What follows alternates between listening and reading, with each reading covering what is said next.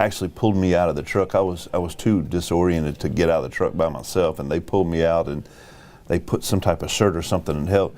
I was told by the ER doctor that I would have bled out because I was bleeding so profusely. He could see my skull, and he said you would have died if they wouldn't have held something on your head. Have you had a chance to reach out to those folks yet? My wife has been able to. And she's talked to them? Yes, she has, and been able to share thanks with them. I'm hoping to go meet them and shake their hand one day. I would imagine your wife had some, once she realized you were going to live Friday night, she might have had a word or two that, can you share anything there? You know, she has been a rock star through this whole thing, Chris, and she's always been frustrated that I don't wear my seatbelt, but she showed up at the hospital and the doctor said, this is a trauma 1, we've got to get him to Vanderbilt, and he probably isn't supposed to be alive. He told my wife that. I think just the gravity of the situation when he told her that, she hasn't let me have it yet, to be honest with you. She's just been giving me love and taking care of me. I will suggest to her, if I may, that perhaps one day. She'll be here in a few minutes if you want to see her. She's walking over. Oh, she'll love me being here. Governor Lee showed up at your place, and that's, at the hospital.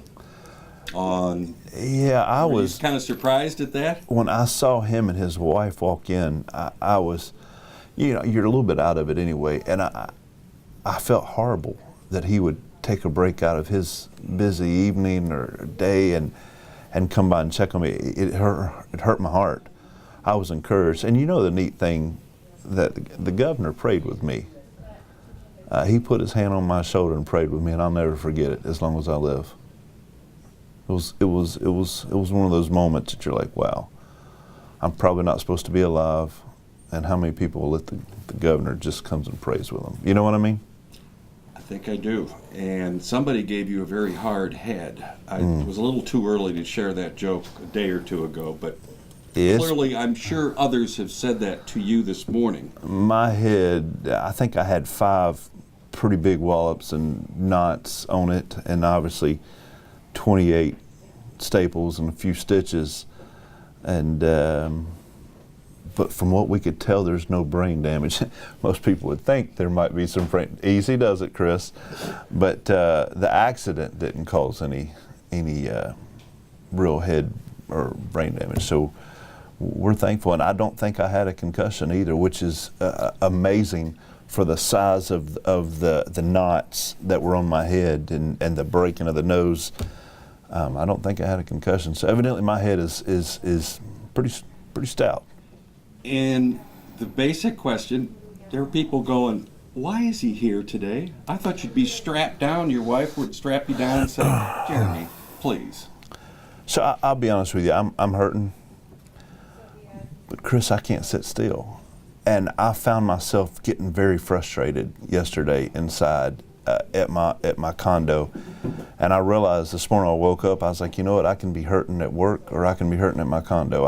I'm just going to go hurt at work and get my mind off of it. And I have bills I need to get filed. We have a bill filing deadline tomorrow.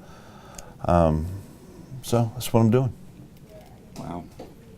Well, and you came back yesterday. Mm-hmm. Yeah. I think I gotta wait till your wife gets here. Tell her to come on in. We'll get that picture. Hold on. Okay. Let me post this. Al's got a few questions for you. Yeah, the airbags help. Oh, they're all gone. Yeah, hold on. I want to talk to you. I think the airbags kept me in the car. Did your cell Hey, where are you phone at? survive? I'm in the garage. All right. So the interesting thing about the airbags, Ryan Williams went and took pictures of it, and they're all down, like a curtain. And I honestly think they kept me from being thrown out of the car. I ended up in the back seat, and all the airbags are covered in blood. It's gruesome. It looked like a horrible crime scene in my car. They're all covered in blood, but I think they just came down and kept my body from running out. I'm a huge fan of the Ford F-150 and the way that those airbags work. Wow. Wow. Most important story that I think people need to hear, Chris, is that I didn't wear a seatbelt because it irritated my back. And it's always frustrated me. I hurt my back when I was 14. But when somebody's putting staples in your head and they look at you and say you are about to die because I can see your skull, I realized, you know what? For the temporary discomfort of wearing a seatbelt, I think maybe I'll just wear my seatbelt from here on out. Wow.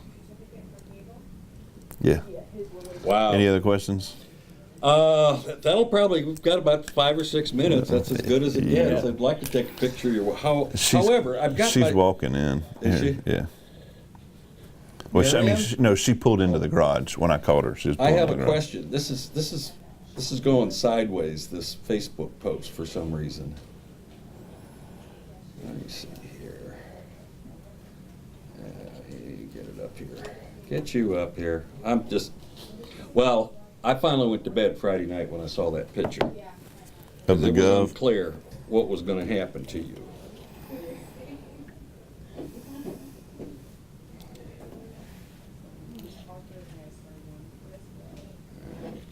Al, do you have any more questions? So yeah, you're going to be trying to meet with the EMTs. Mm-hmm. I mean, just what was going through your heart when you were first getting care? Like, Well, when they pulled me out and they kind of set me down and put that thing on my head, the guy said, "Sir, this is bad." And so I didn't know how bad it was till the EMS worker got there and the paramedic, and that's the first time I realized it was bad. When we got there to the EMS, he said, "Young man, I've been doing this for 26 years. You're not supposed to be alive." He said, "You're not supposed to be alive." And then I was like, wow. By then I was feeling some pain. I knew something was wrong with my face.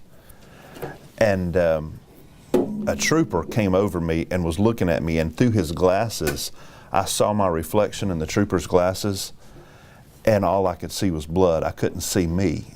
And I was like, okay, this is serious. So, yeah. do they recognize you, know who you were, or? No, and I didn't tell them. Yeah. The ER doctor finally realized it and came in. He said, "You didn't tell me that you had a Wikipedia page." I don't think that should have mattered, but I never lost conscious. I felt everything going on, knew everything going on. So I knew it. I finally realized I was in possibly serious condition when he said, "We're going to have to get you to Vanderbilt immediately to have them check on you. This is out of our league here." So he said like a tire blew probably, Yeah. or Yep. what part of the truck did you hit? I think I hit the front part of a tractor trailer. I've not talked to him yet. He helped pull me out. The guy that evidently we ran into each other, he helped pull me out, but I've not been able to talk to him yet. And I don't know if his tractor trailer sustained any damage other than just mine. I think just the rolling and impact. Yeah. So I'm here. And Looking at life any different now? Well, yeah, you have 5 kids at home, and I remember flipping through there. I had 2 thoughts. Lord, you're not done with me yet, number one. Number 2, I'm thinking, why? I won't be able to tell my kids good night, Yeah, Chris. I wanted to tell my kids goodbye. Hi there. How are you? I'm well, thank you. This is Al Devine. Hi, how are you? Nice to meet you. Hey, Mama, Hi, honey, how are you? I'm going to make it. Nice to see you. Love you. Love you too. I brought your computer for you. Thank you. I don't know if you need it or not. She's took care of me the whole time. I bet you have. Well, Yes. I have, Lots of love. yes, we are unfortunately on a severe deadline here, and I'd love to talk some more. Go, Would please. you let him Yeah. come back? Listen, the man does what he wants to do. And I support him. Thanks. You don't need to squeeze anything. You know, I sat with him Thursday night. We were sitting talking for a half an hour, and then texting in the morning briefly.